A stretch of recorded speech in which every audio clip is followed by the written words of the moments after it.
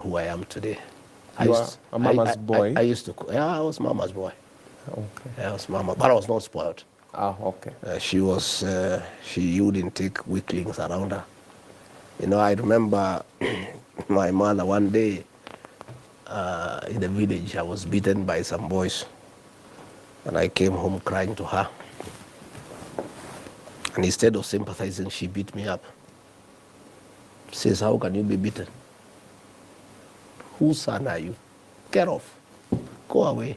You're coming here saying you have been beaten. Who beat you? A boy. How old?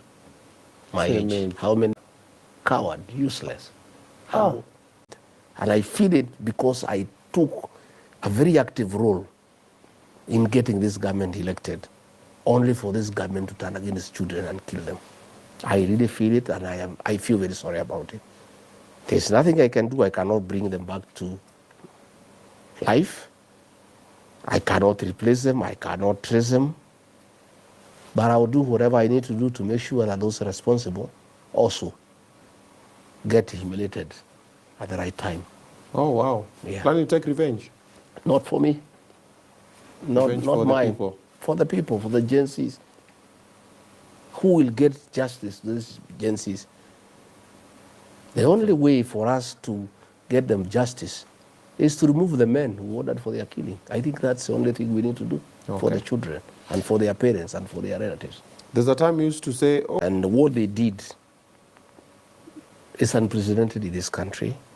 And I want to join President Uhuru Kenyatta in telling our young people to rise up to the occasion and fight for their country and fight for their parents. Some of us aging, we are growing old. Yeah. We want these children to take care of us in our age, and this is their country. And more than anybody else, they are the greatest stakeholders in this country because they have much longer to live than all of us. They are being threatened by EACC. In fact, the president is really using EACC, DCI, and KRA to harass those who don't agree with him. But it's okay.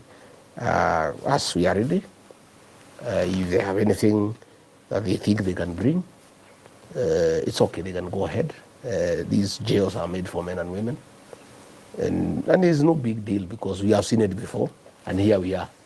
But it's very unfortunate because it's a promise William Ruto gave to the people of Kenya that he will never use the criminal justice system to pursue politics and to punish those opposed to him. And he has perfected that one. That is what he is doing. The FRC, the Financial Reporting Center, they report to him directly. He is monitoring money for everybody in Kenya. He wants to know who has money and who doesn't have. And he wants to speaking out and why they became relevant. It's because nature abhors on the people of Kenya to create business for the two to sell cement, mabati, and steel. The whole housing levy is about creating sufficient money. And you know that money? Because there is no capacity to absorb it, it's kept in a bank that the president bought when he became president. Huh? Yeah, very rich. And I think that was his dream. I don't think he cares about this country. I'm not sure anymore he cares. Because people are making noise, he's not interested. People are raising issues, he doesn't bother. But he is rich. I believed him when he said we need to do affordable housing. Okay. It's a good thing for creating employment. Even when he insisted on the housing levy, I told him Kenyans are complaining, but he insisted that let's do it because it's good to create employment. I went along with him until it came to my attention along the way that this affordable housing thing was a business venture between the president and DEFCI. DEFCI has a factory that makes steel, cement, and mabati. And those are the three components that drive the housing agenda. So all the cement, all the mabati, all the steel that is bought for affordable housing, the profit is shared between DEFCI and William Ruto. The whole thing was a business thing. Filthy rich. In the last 2 years, in my estimation, when I look around, he must have made 3 to 4 trillion. Yeah. To use goons There is nobody who has a monopoly of using goods. Yeah. But I can assure you that my supporters, and there are millions, they have made a decision. Like you saw yesterday, nobody would be allowed to attack my meeting or myself. And on 4th, we have a big meeting. If they want to organize 1,000 goons, let them go ahead. Pull up. We're ready. They'll come. People will be ready for them. When are you going to me run away from meetings or stop going to the public? I'll go to the public. Okay. If he wants to kill me there, let him kill me there. You know, Okay. and there's no problem. Whatever he wants to do, he can do. But I also want to say that my people, my supporters have also said, no, it will not happen again. So those goons who are being sent, they must know. People And are they will ready to find people fight. waiting for them.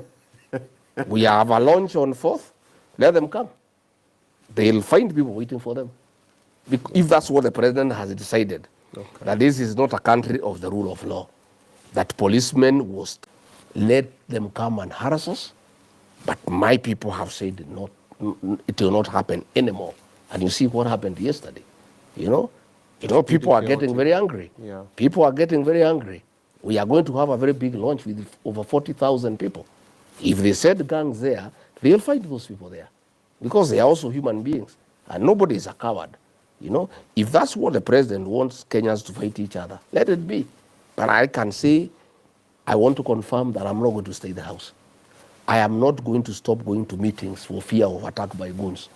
What I know is that I have many supporters who are willing and ready to defend my meetings to a man, and that will happen. And we are not going to chicken out, and we are not going to be sold fear. You know? Okay. My brother, I'm a descendant of the Mau Mau fighters. I was waiting for that line. It's the business of discussing employees, you know. Let him do what he can. Is he capable of leading Mount Kenya? I don't know who elected him in Mount Kenya. You cannot lead people unless they give you the mandate. That is an employee of William Ruto. He takes care of the interests of William Ruto. William Ruto is against the people of Mount Kenya. He calls them tribalists. He punishes them. He sacks them. He interferes with their businesses. And Mr. Yesa to punish the mountain. So I know how you can lead punishing and whom you cannot defend. Yeah. Okay. But I don't like discussing employees. Okay. I like discussing leaders. I discuss William Ruto because I was also elected. Okay. That is an employee.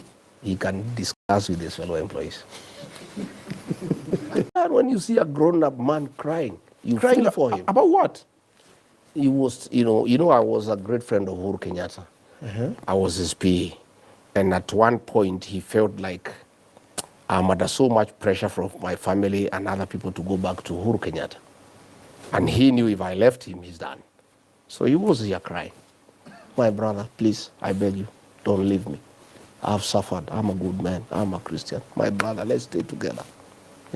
Crying tears. And I said, okay, Pastor, let's help this man. So our country, the challenges William Ruto faces as president, why nothing is working and everything is crumbling around him, is because the president is haunted by the blood of the Gen Zs. And he will never have peace. I want to say that on record. President William Ruto will never know peace because of the blood of the Gen Z children that he authorized to be shed. Oh, he's the one that authorized? Oh yes, he's the president. He's the one who authorized Japheth Kome. He's the one who authorized the abductions through Nudin Haji. A group of 101 AP officers were recruited with the authority of the president and joined the National Intelligence Service. And that is the group that has been doing the abductions. And I'm saying, the mood in the country, Yeah. If you're gauging if it that that IBC tries to mess with the election, Okay. there will be no country here. 207 will look like a Christmas party. There. If anybody ever dared slap me, doesn't matter. I'll square it up with him or her, whoever he is. What do you mean? Kirusha umerusha. Oh yeah, nobody can slap me. Even sometimes William Ruto would shout at me, I shout back. What? I don't know what is his obsession with young people and children. Back in the year 2007, in a church in Kiambaa. Young children were put in a church and torched. And when the parents tried to get the children out so that the parents can die alone and the children can remain for future generations, the people sent to do that work got the children and put them back into the church, and it was torched. You know? So I don't know what is this obsession of killing young children. I don't know whether it's a cult, whether it's devil-driven, that you need the blood of young children. And I want to say this, and I want to be on record. The crisis that we face as a country